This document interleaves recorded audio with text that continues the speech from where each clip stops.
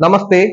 ഇന്നത്തെ വീഡിയോയിലൂടെ ഞാൻ പറയാൻ പോകുന്നത് പുണർദത്തിന്റെ കാലും പൂയം ആയില്യം നക്ഷത്രക്കാരായ കർക്കിടക കൂറുകാരുടെ 2024 വർഷത്തിന്റെ പകുതിക്ക് ശേഷം ഇവർക്ക് എന്തൊക്കെ ഗുണദോഷ സമ്മിശ്രമായ ഫലങ്ങൾ അനുഭവിക്കണം എന്നതിനെ കുറിച്ചാണ് ഞാൻ ഈ വീഡിയോയിലൂടെ പറയുന്നത്. ഈ നക്ഷത്ര ജാതകക്കാർക്ക് ഈ വർഷം വളരെ ഗുണകരമായ ഒരു വർഷമാണ്. സർവേശ്വരകാരകനായ വ്യാഴം 11-ൽ നിൽക്കുന്നത് കൊണ്ട് വളരെയധികം ലാഭവും അതുപോലെ സ്ഥാനക്കയറ്റങ്ങളും തൊഴിൽപരമായി പല നേട്ടങ്ങളും ഈ നക്ഷത്രക്കാർക്ക് ഉണ്ടാകേണ്ട ഒരു സമയമാണ്. ആദ്യം തന്നെ ഇവരുടെ തൊഴിലിൽ ശമ്പള വർധനവ് എടുത്തു പറയേണ്ട ഒരു കാര്യമാണ്.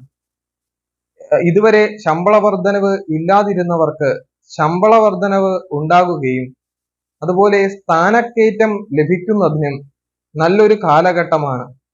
അതായത് ഈ വർഷത്തിന്റെ ആദ്യം മുതൽ അവസാനം വരെ നോക്കുമ്പോൾ പകുതിക്ക് ശേഷമായിരിക്കും ഇവർക്ക് കൂടുതലും ഗുണങ്ങൾ ചെയ്യുന്നത്.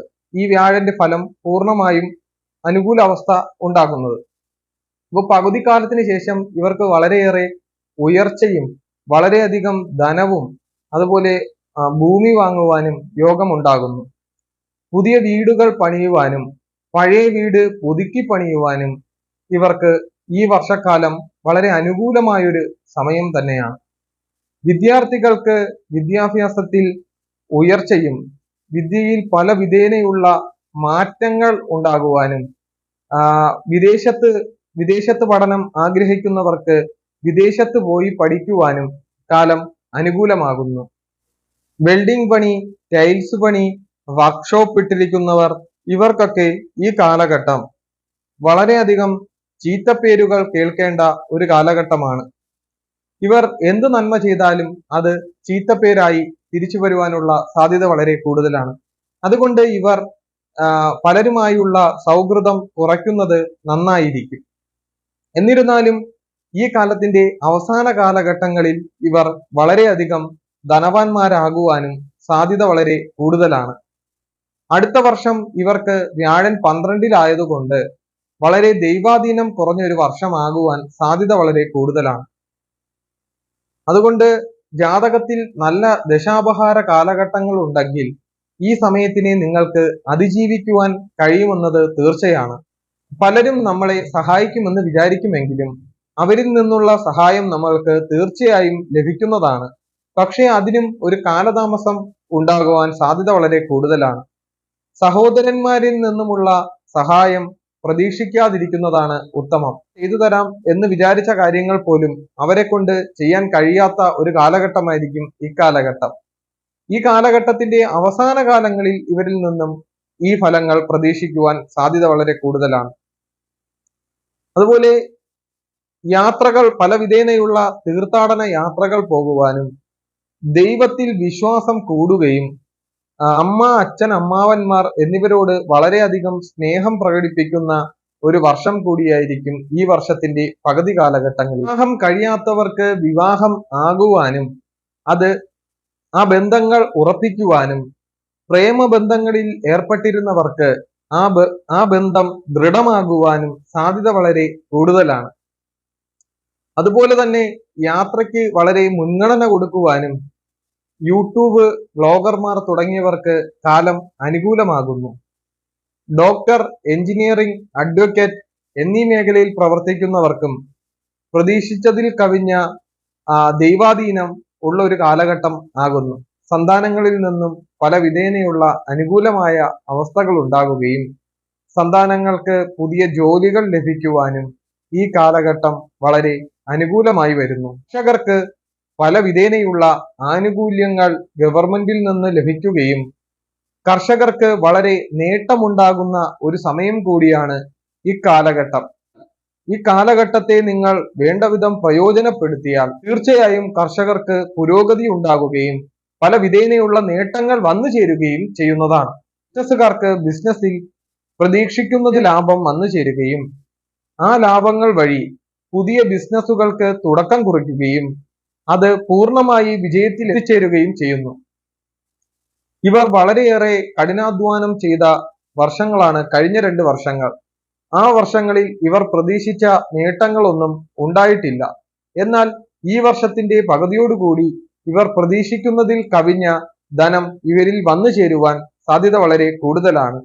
അതുപോലെ ഈ നക്ഷത്രക്കാർ പുതിയ വാഹനങ്ങൾ വാങ്ങുവാനും കാലം അനുകൂലമായി വരുന്നു. കലാകാരന്മാർക്ക് കലയിൽ പ്രതീക്ഷിച്ചതിൽ കവിഞ്ഞ ആനുകൂല്യങ്ങൾ ലഭിക്കുകയും പ്രശസ്തി, അവാർഡുകൾ എന്നിവയെല്ലാം ലഭിക്കുമെങ്കിലും നൃത്തം, സംഗീതം, അഭിനേതാക്കൾ എന്നിവർക്ക് കാലം വളരെ അനുകൂലമാണ്. എങ്കിലും ഇവർക്ക് പ്രതീക്ഷിച്ചതിനേക്കാൾ പ്രോഗ്രാമുകൾ വന്നു ചേരുകയും അതുപോലെ ഈ നക്ഷത്രക്കാർക്ക് ഇപ്പോൾ ശനി വക്രഗതി ആയതുകൊണ്ട് 2024 നവംബർ മാസം വരെ ഇടയ്ക്കിടയ്ക്ക് ഇവർക്ക് ചെറിയ തടസ്സങ്ങൾ ഉണ്ടാകും. ഈ തടസ്സങ്ങൾ നീങ്ങുവാൻ വേണ്ടി ശാസ്താവിന് നീരാഞ്ജനം നടത്തുന്നത് വളരെ ഉത്തമമായിരിക്കും. തീർച്ചയായും ഈ വർഷത്തിന്റെ അവസാന കാലത്തോടുകൂടി ഇവർക്ക് പൂർണ്ണ ദൈവാധീനം കൈവരിക്കുവാൻ സാധിക്കുന്നതാണ്. ഈ നക്ഷത്രക്കാരുടെ ജാതകവശാൽ ആദിത്യ ദശയാണ് നടക്കുന്നതെങ്കിൽ ശിവക്ഷേത്ര ദർശനവും ശിവന് ജലധാരയും നൽകുന്നത് വളരെ ഉത്തമമായിരിക്കും. ഈ നക്ഷത്രക്കാർക്ക് ചന്ദ്രദശയാണ് ജാതകവശാൽ നടക്കുന്നതെങ്കിൽ നിങ്ങളുടെ ജാതകത്തിൽ ബലവാനായ ചന്ദ്രനാണെങ്കിൽ ദുർഗാദേവി ക്ഷേത്ര ദർശനവും ബലഹീനത്വമുള്ള ചന്ദ്രനാണെങ്കിൽ ഭദ്രകാളി ക്ഷേത്ര ദർശനവും നടത്തുന്നത് ഉത്തമമാകുന്നു.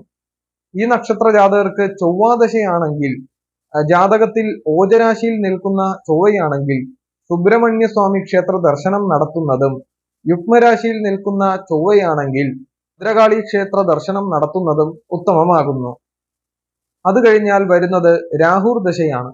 നിങ്ങളുടെ ജാതകത്തിൽ രാഹുർ ദശയാണെങ്കിൽ സർപ്പക്ഷേത്ര ദർശനം നടത്തുന്നത്, സർപ്പത്തിന് 100 പാലും നടത്തുന്നത് വളരെ ഉത്തമമാകുന്നു. അത് കഴിഞ്ഞ് വരുന്ന ദശ വ്യാഴദശയാണ്. വ്യാഴദശയാണ് നിങ്ങളുടെ ജാതകത്തിൽ നടക്കുന്നതെങ്കിൽ മഹാവിഷ്ണു ക്ഷേത്ര ദർശനവും മഹാവിഷ്ണുവിന് പാൽപായസ നിവേദ്യം അർപ്പിക്കുന്നതും വളരെ ഉത്തമമാകുന്നു. അത് കഴിഞ്ഞ് വരുന്നത് ശനിദശയാണ്. നിങ്ങളുടെ ജാതകത്തിൽ ശനിദശയാണെങ്കിൽ ശനീശ്വര പ്രീതി വരുത്തുന്നത് വളരെ ഉത്തമമായിരിക്കും. അതായത് ശാസ്താവിന് നീരാഞ്ജനം, ശാസ്താക്ഷേത്ര ദർശനം, ശബരിമല ദർശനം എന്നിവ നടത്തുന്നത് വളരെ ഉത്തമമാകുന്നു.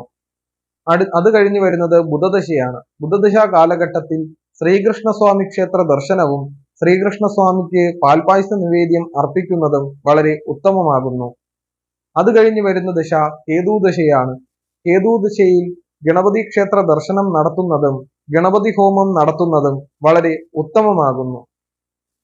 അത് കഴിഞ്ഞ് വരുന്നത് ശുക്രദശയാണ്.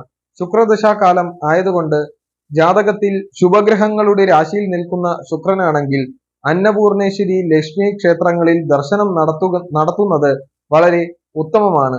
പാപക്ഷേത്രത്തിൽ നിൽക്കുന്ന ശുക്രനാണെങ്കിൽ യക്ഷിയമ്മൻ ക്ഷേത്ര ദർശനം നടത്തുന്നത് വളരെ ഉത്തമമായിരിക്കും.